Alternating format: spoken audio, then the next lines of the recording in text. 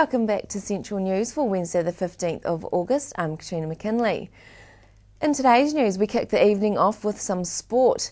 A busy time is in store for the Bay of Plenty Steamers' final week of preparation for the 2012 ITM Cup, with 2 games and a continuation of community visits through the region. With the Steamers' opening game of the ITM Cup on next Saturday at Bay Park, the coaching team of Kevin Schuler and John Walters are using this week's hit-outs to fine-tune their lineup. A large crowd is expected to be on hand at Moore Park in Katikati this Friday when the Steamers have a serious match against fellow ITM Cup team North Harbour. The Steamers will continue their interaction with the wider Bay of Plenty community this week with a number of school visits and Steamers Kids Club activity. The University of Waikato Frank Sargeson Memorial Lecture takes place tomorrow and will be presented by poet and independent scholar Dr. John Newton.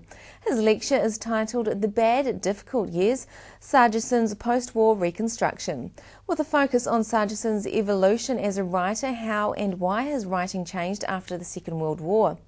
University of Waikato lecturer Dr. Sarah Sheaf, the editor of Letters of Frank Sargeson and the organiser of the Frank Sargeson Lecture Series, says this year's lecture will shed new light on Sargeson's career and on a whole era of New Zealand's literary history.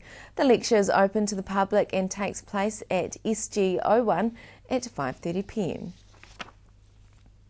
The New Zealand Transport Agency says State Highway 29 at Ruahihi Bluffs is to be closed this weekend so that rocks can be removed to minimise the risk of further rockfalls onto the State Highway.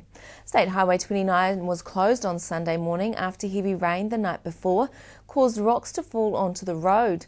The New Zealand Transport Agency reopened the road to a single lane later on in the afternoon, which still remains in place. Bay of Plenty State Highway Manager Brett Glyden says an assessment of the bluff has confirmed that there are unstable rocks high up the bluff.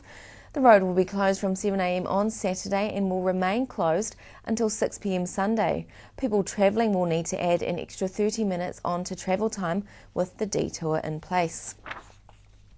Tauranga builder Paul Rawdon says that some projects he knows from the outset are possible prize winners.